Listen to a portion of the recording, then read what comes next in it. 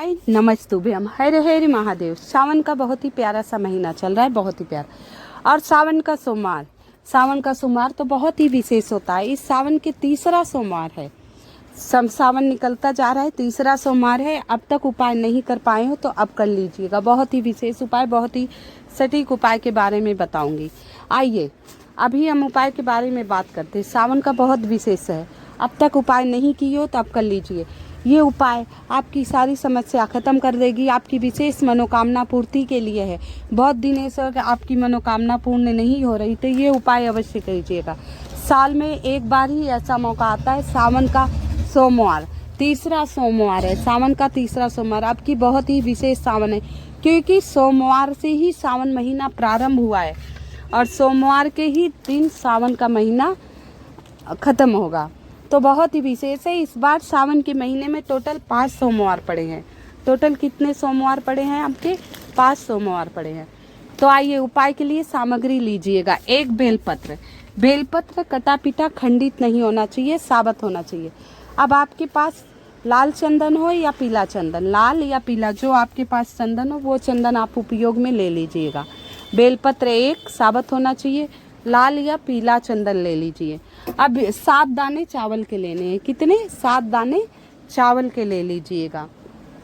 और ध्यान रखिएगा कभी भी शिवलिंग पर खंडित नहीं चढ़ता, हर चीज साबुत चढ़ती है। देखिए चावल में कीड़े नहीं लगे हों, टूटे फूटे नहीं हो। बहुत ही सुंदर से साफ चावल लेना है, ऐसी ही सुंदर सी बेलपत्री लेना है।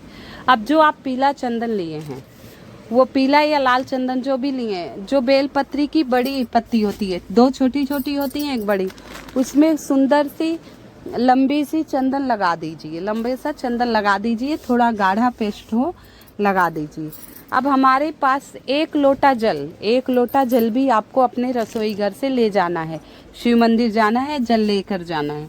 सुबह से शाम तक जिस समय आपका टाइम रहे, जिस समय आपको समय मिले, सुबह से शाम तक कर दे। प्रदोष काल तो बहुत ही विशेष होता है और सुबह 8 बजे से पहले पूजा बहुत विशेष मानी जाती है कि तो अभिजीत मुहूर्त में 11:30 से 12:30 के बीच में। तो आप इस समय करेंगे तो बहुत शुभ होगा। तो हम बेलपत्री ले लिए सुंदर सी, उसकी बड़ी जो पत्ती होती है उस पर हमने पीला या लाल चंदन जो आपके पास हो वो चंदन लगा लिए। अब हमारे पास 7 चावल या 11 चावल, आप 7 या 11 दोनों में से लगा सकते हैं। तो 7 चावल आप उसी चंदन पर चिपका देने हैं।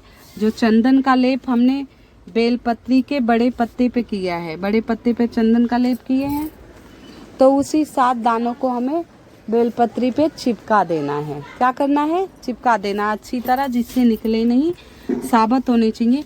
श्री शिवाय नमस्तुभ्यम का जाप करते हुए 7 चावल आप बेलपत्री पर चिपका दीजिएगा। बहुत ध्यान से सुनिएगा। और जो जल ले गए हैं वो आप अपने ही रसोई घर से पीने के पानी में से ले जाना चाहिए। कहते हैं जो पीने के पानी में जल ले जाते हैं उससे गृह कलेश, गृह दोष, सारे दोष दूर हो जाते हैं। चंद्र दर्शन का बहुत ही प्यारा सा दिन है। सावन का तीसरा सोमवार है। ये बेलपत्री 7 चावल वाला उपाय अवश्य करना। ये उपाय आपकी सारी मनोकामना, सारी समस्याएं, सारी मनोकामना पूर्ण करेगी और सारी समस्याएं जीवन से खत्म कर देगी। अब हम ये मंदिर में पहुंच गए लेकर। अब चाहे मंदिर में ही लेपन कर दीजिएगा। अब जो है जहाँ जलाधारी रहती है ना भगवान शिव जी, तो वहाँ आप बेलपत्री चढ़ाएंगे। अब ये पत्ता, बड़ा पत्ता शिवलिंग की तरफ, और ध्यान करना जिस तरफ चावल है उसी तरफ चढ़ाना, जिससे शिवलिंग से टच हो जाए, ऊपर की तरफ नहीं। पलट कर आप चढ़ा दीजिएगा। अशोक सुंदरी भगवान भोलेनाथ की सबसे प्रिय पुत्री है, सबसे लाडली पुत्री है। चंद्रमौली महादेव के नाम से आप चढ़ा देना और उत्तर डायरेक्शन में बैठ जाना। जो आप 1 लोटा जल ले गए हैं ना, पहले तो ये बेलपत्री आप जलाधारी पे चढ़ा देंगे चंद्रमौली महादेव के नाम से। किसके नाम से? चंद्रमौली महादेव के नाम से अशोक सुंदरी के स्थान पर ये बेलपत्र आप समर्पित कर देंगे। इसके बाद जो 1 लोटा जल है, श्री शिवाय नमस्तुभ्यम का जाप करते हुए सारा जल शिवलिंग पर आप समर्पित कर धीरे धीरे डालिएगा, जिससे बेलपत्री नीचे की तरफ ना जाए। तो ये फिर इसके बाद आप अपनी मनोकामना कह दीजिएगा। उसी बेलपत्र पे अपनी हथेली रख के जहाँ अशोक सुंदरी का स्थान है। अपनी मनोकामना कह दीजिएगा। हे प्रभु, जितना मुझ में सामर्थ्य था, जितनी मुझे बुद्धि थी, मैंने आपका ये उपाय किया। और उपाय करने से पहले एक बात ध्यान रखना, जो प्रतिदिन शिव मंदिर में आप जिस प्रकार से पूजा करते हैं, पहले उस प्रकार से आप पूजा पाठ कर लीजिएगा। पहले उस प्रकार से आप पूजा कर लीजिएगा। पूजन करने के बाद ही उपाय करना। ये नहीं कि उपाय करने ही चल दिए। विशेष तभी मान्य होगा जब आप पहले, अब सावन के महीने में हम सभी जाते हैं, जल चढ़ाते हैं, तो प्रतिदिन जैसे आप पूजा करते हैं उस प्रकार के पूजा पाठ कर लीजिए। इसके बाद ये उपाय करना। फिर इसके बाद झोली फैलाकर भोलेनाथ से, हे बाबा, मेरी झोली खुशियों से भर दो। जो पूजा में गलती हो, अपराध हो, त्रुटि हो, उसे क्षमा करना। मैं आपका उपाय पूर्णतः विश्वास एवं श्रद्धा से करती हूँ। बाबा, इंसान हूँ, गलती हो जाती है, तो अपनी पुत्री समझकर मेरी गलती को माफ़ करना। मुझ पर सदा कृपा बनाए रखना। हे नाथों के नाथ, आप भोलेनाथ हैं, आप पशुपतिनाथ हैं, सबकी रक्षा करते हैं, सबकी रक्षा करते हैं, सब पर कृपा करते हैं। हे भगवान, मुझ पर भी प्रसन्न होइए, मेरे गलती और अपराधों को क्षमा करिए। ऐसे कहते हुए बार बार आंचल फैलाइए और वहीं बैठकर आप 5 मिनट, 10 मिनट, जैसे आपका टाइम हो, समय नहीं हो तो 2 मिनट अवश्य बैठना चाहिए और भगवान भोलेनाथ का नाम का जाप करें। इसके बाद 1 मिनट आप शिव चौखट पर बैठिए, तुरंत मत आइए। शिव चौखट पर बैठकर श्री शिवाय नमस्तुभ्यं, श्री शिवाय नमस्तुभ्यं, श्री शिवाय नमस्तुभ्यं, श्री शिवाय नमस्तुभ्यं, इस मंत्र का जाप करिए। इसके बाद आप अपने घर आ जाइए। आपकी मनोकामना चंद्रमौली महादेव के नाम से अवश्य पूर्ण हो जाएगी।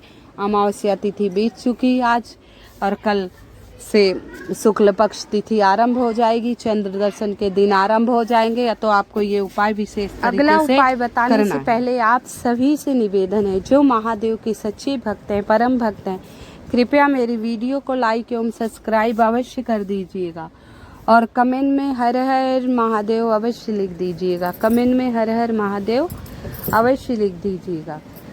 आइए, अगला उपाय बहुत ही प्यारा सा, बहुत ही सटीक सा है।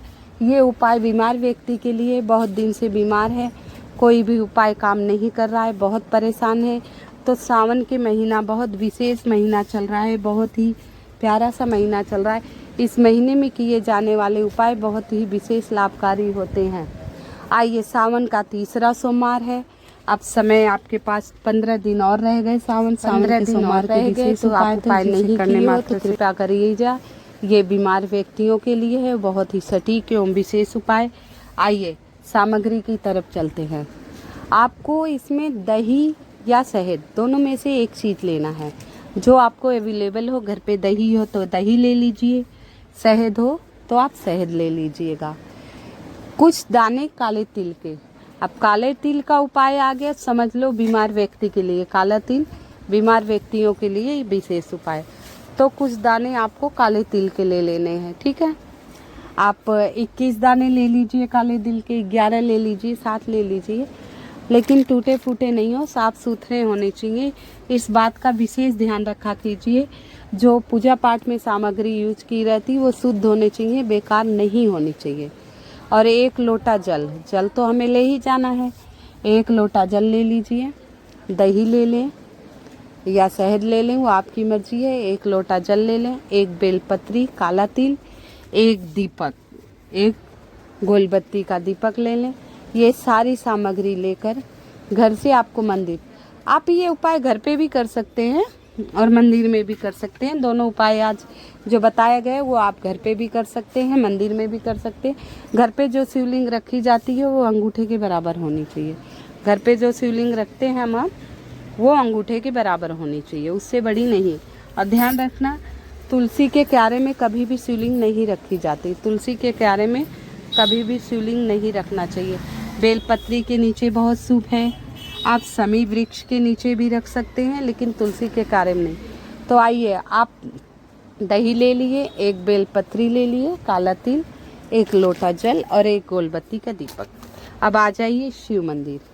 शिव मंदिर आ गए, उत्तर दिशा की तरफ मुख करके बैठ जाइए। उत्तर दिशा की तरफ मुख करके बैठने से शीघ्र ही सारी मनोकामना पूर्ण होती है। ये बीमार व्यक्तियों के लिए है, बीमार व्यक्ति के लिए। अब शिव मंदिर हम पहुंच गए, तो पहले तो श्री शिवाय नमस्तुभ्यम का जाप करते हुए धीरे धीरे सारा जल शिवलिंग पर समर्पित कर दीजिएगा। सारा जल शिवलिंग पर आप समर्पित कर दीजिएगा धीरे धीरे, जलधारा जो आपके ऊपर छींटे नहीं आए।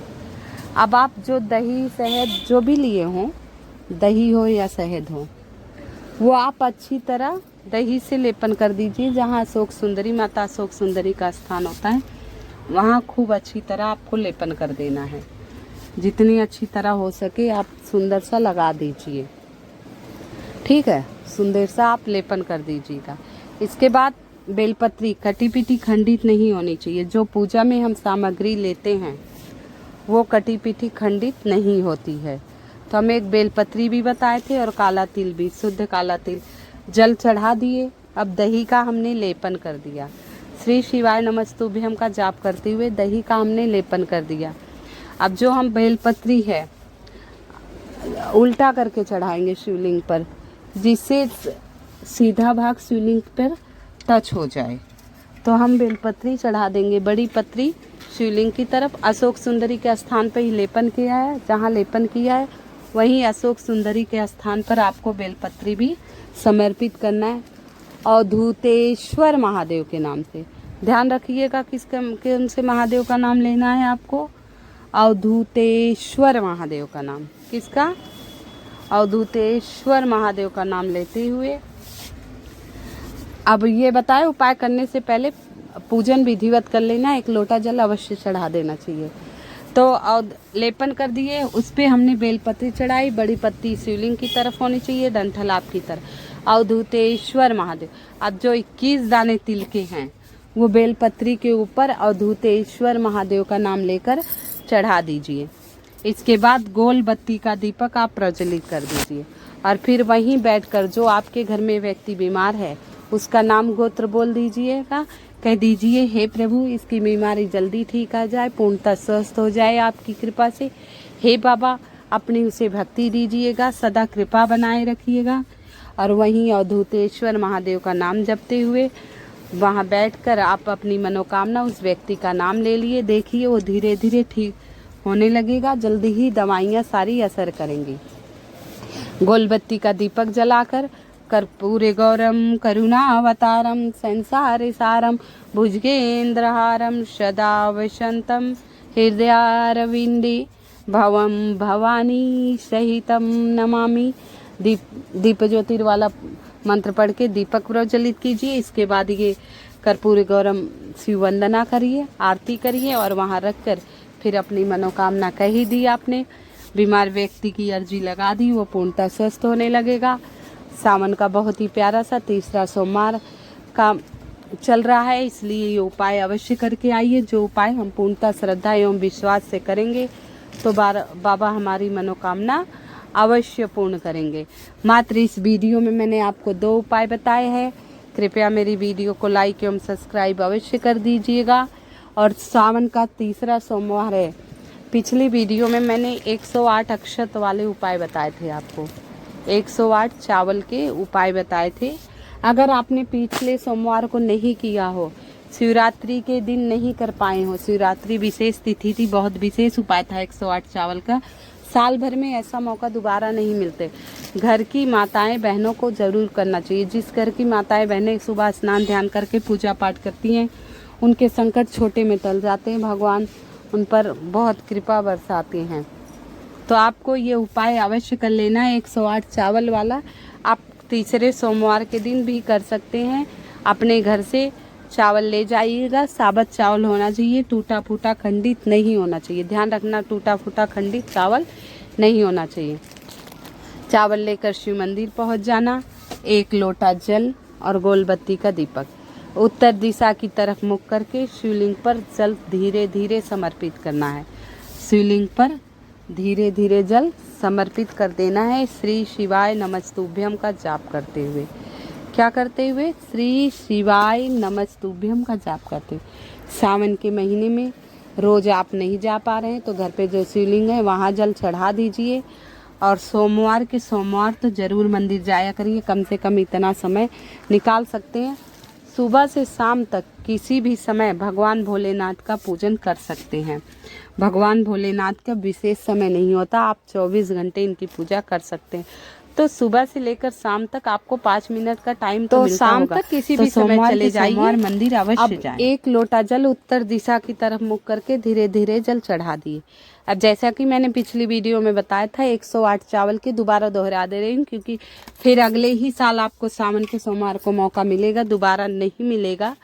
तो आप कल सोमवार के दिन, तीसरे सोमवार के दिन ये चावल का उपाय विशेष कर लेना। बहुत चमत्कारी उपाय है। 108 चावल श्री शिवाय नमस्तुभ्यम का जाप करते हुए शिवलिंग पर समर्पित करके तो देखिए, बहुत ही चमत्कारी उपाय है, बहुत ही विशेष है।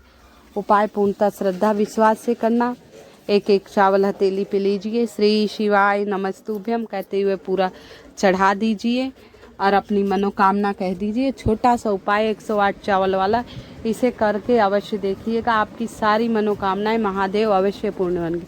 महादेव सभी शिव भक्तों की मनोकामना पूर्ण करना। हे बाबा, जो आपके मंदिर में एक लोटा जल रहा है, मेरी आपसे प्रार्थना है उसकी मनोकामना अवश्य पूर्ण करना।